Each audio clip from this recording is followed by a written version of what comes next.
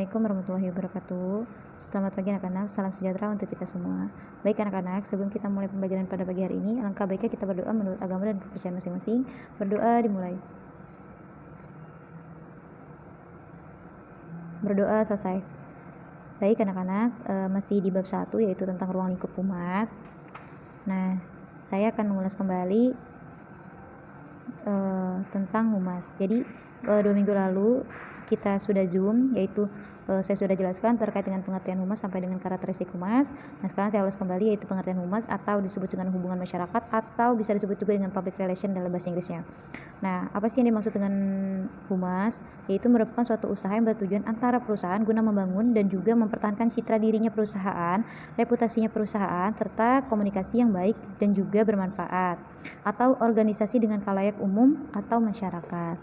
Nah, jadi setiap perusahaan itu pasti mempunyai humas. Kenapa? Karena humas itu dalam pembicaraannya itu pasti akan mempertahankan suatu perusahaan tersebut gitu. Jadi mempertahankan citra dirinya perusahaan tersebut akan lebih bisa bersosialisasi dengan masyarakat gitu. Nah, sekarang kita lanjut ke konsep humas. Konsep humas itu ada 2, ada konsep tradisional dan ada konsep modern. Konsep tradisional ini terbagi lagi menjadi 3, ada konsep tradisional tertutup, ada konsep tradisional terbatas, dan ada konsep tradisional eksternal. Apa sih yang dimaksud dengan konsep tradisional tertutup? Nah, konsep tradisional tertutup ini orang atau lembaga perusahaan yang kurang memperhitungkan proses komunikasi yang timbul dalam masyarakat. Apa yang dimaksud dengan itu? Yaitu gini, jadi bisnis, dia mempunyai bisnis yang sifatnya tertutup, tapi dia tuh mempunyai peristiwa yang menimpanya gitu. Jadi ada permasalahan menimpa perusahaan tersebut. Nah, peristiwa itu tidak akan dia umbar gitu. Nah, jadi jika peristiwa tersebut dianggapnya sebagai peristiwa yang buruk atau yang bersifat negatif gitu, akan terus ditutup-tutupi sama perusahaan tersebut gitu. Nah, yang kedua ada konsep tradisional terbatas, yaitu ditandai dengan keterbatasan dalam hal memasarkan produk atau jasa. Produk hanya disesuaikan dengan daerahnya saja. Kenapa sih bisa kayak gitu? Karena dalam hal ini orang atau perusahaan atau lembaga jika membuka perusahaan itu walaupun sudah diperhitungkan dengan pasarannya, tapi hasil produknya hanya disesuaikan dengan kebutuhan daerahnya saja.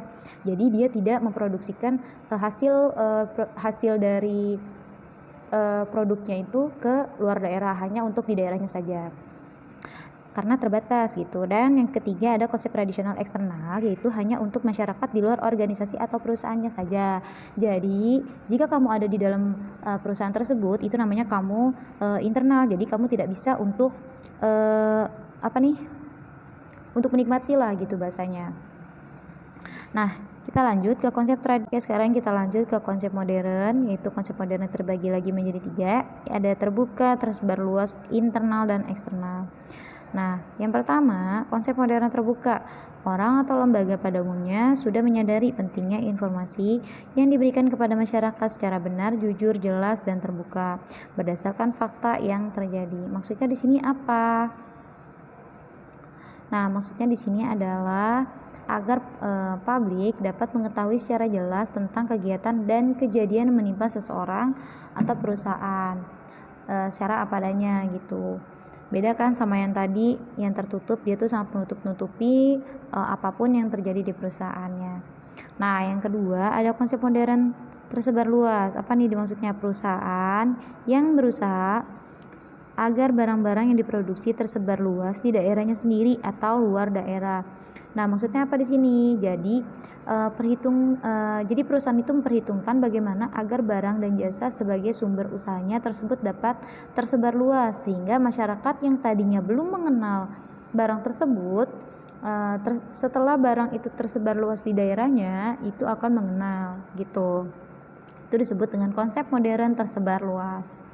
Nah, sekarang kita lanjut ke konsep modern internal dan eksternal, yaitu adalah humas menjadi penghubung antara publik internal dan eksternal. Nah, maksudnya apa di sini?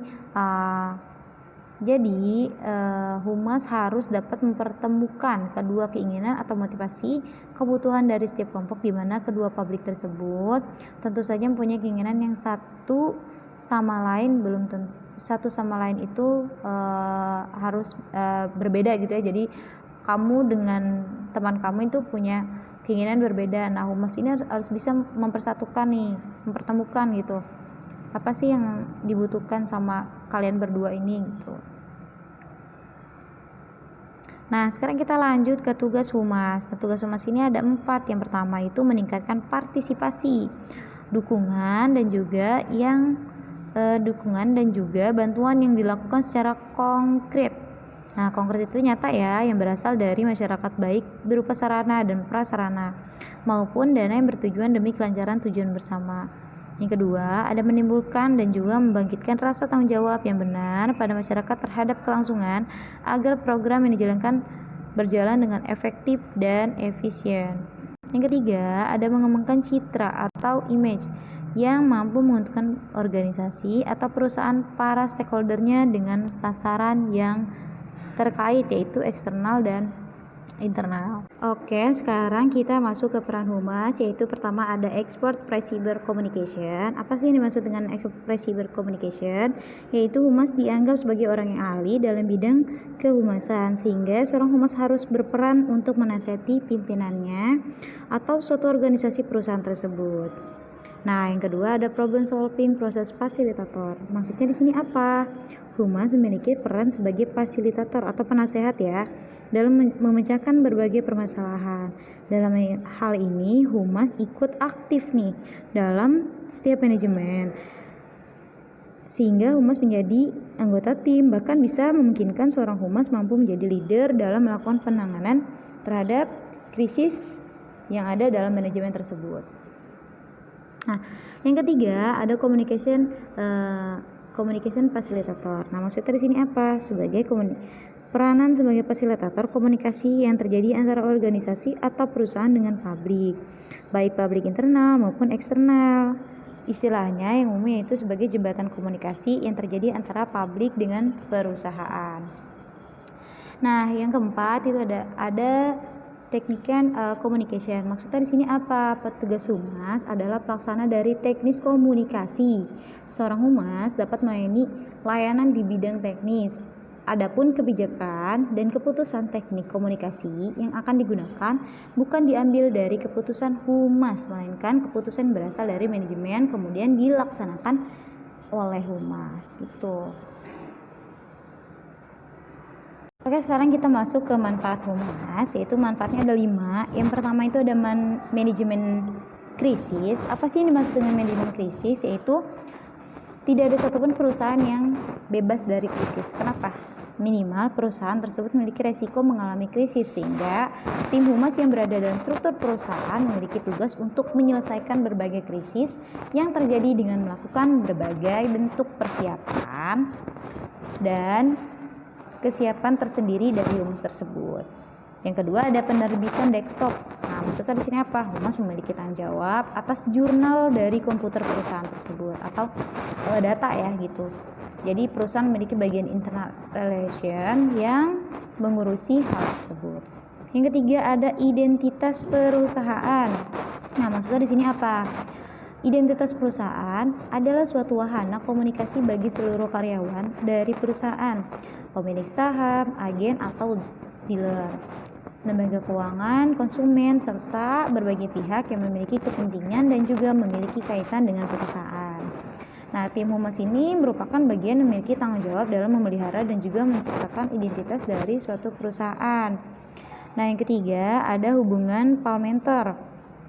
Apa sih yang dimaksud tersebut? Yaitu adalah hubungan yang terjadi antara berbagai organisasi dengan pihak pemerintah, anggota parlemen, dari hubungan pemerintah, anggota parlemen, dan juga seluruh birokrat yang berasal dari berbagai instansi pemerintahan dan juga departemen. Nah, yang terakhir ada public relation finansial. Nah, apa sih yang dimaksud dengan ini? Yaitu perusahaan yang sudah mencapai go public atau seharusnya perusahaan ini memerlukan tim humas yang mampu melakukan berbagai bentuk kegiatan humas yang berada di seputar peristiwa keuangan atau bisnis dalam rangka mendukung rencana perusahaan lainnya. untuk memasuki bursa saham atau juga dalam rangka mendukung peluncuran laporan tahunan dari suatu perusahaan tersebut, karena disebutnya kan finansial ya. Oke, kita lanjut. Yang ketiga, lanjut ruang lingkup humas, yaitu ada stakeholder relation atau pemegang saham sangat membantu perusahaan atau instansi agar tetap bertahan. Stakeholder itu ada masyarakat luas, terus ada pemegang saham. Terus yang ketiga ada hubungan dengan para buruh. Maksudnya apa? Humas memiliki tugas untuk menjaga hubungan baik antara pimpinan perusahaan dengan para buruh. Yang keempat ada hubungan dengan para manajer. Nah, maksudnya apa? Perusahaan itu kan pasti punya manajer. Nah, jadi perusahaan manajer merupakan orang yang memiliki andil besar dalam menentukan nih berbagai kebijakan yang dikeluarkan oleh perusahaan tersebut. Nah, yang kelima itu ada hubungan sesama manusia. Nah, kenapa hubungan dengan sesama warga dalam suatu perusahaan harus dibina dengan baik oleh perusahaan, agar nama baik perusahaan tersebut pun ikut baik ya gitu.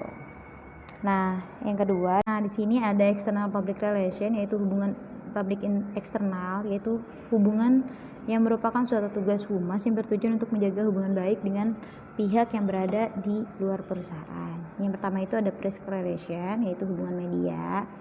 Nah, hubungan media ini terbagi lagi menjadi dua, ada press release dan press conference. Yang kedua ada government relation atau hubungan pemerintah. Perusahaan harus menjaga baik hubungan dengan pemerintah. Hal ini dilakukan karena terdapat berbagai kepentingan yang di dalamnya terdapat peran dari pemerintah. Yang ketiga ada communication relation, yaitu ada perusahaan harus menjaga hubungan baik dengan warga perusahaan. Yang keempat ada customer relation, yaitu perusahaan pada dasarnya harus menjaga hubungan baik dengan para pelanggan. Hal ini dilakukan karena pelanggan adalah aset. Aset itu apa sih? Kepunyaan kita gitu ya, terbesar dari perusahaan dalam mencari keuntungan. Nah, yang kelima ada consumer relation, yaitu adalah perusahaan harus mampu menjaga hubungan baik dengan konsumen. Hal ini nih biasanya dilakukan dengan tujuan agar berbagai barang yang dipasarkan oleh perusahaan mampu diterima baik oleh konsumen.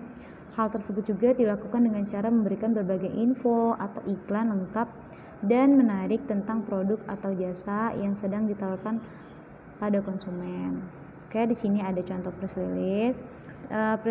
Press release itu harus ada 5W1H. Apa yang dimaksud dengan 5W1H? 5W1H itu kan ada what, where, when, who, dan why, serta H-nya itu how. Nah, what, apa yang terjadi sama berita tersebut gitu. Jadi itu mengacu pada gaya piramida terbalik. Jadi dari luas terus mengerucut gitu. What itu apa yang terjadi sama berita tersebut, terjadinya di mana, peristiwanya terjadinya kapan, siapa yang terlibat dalam peristiwa tersebut, dan mengapa peristiwa tersebut terjadi. Terus ada how, bagaimana berlangsungnya peristiwa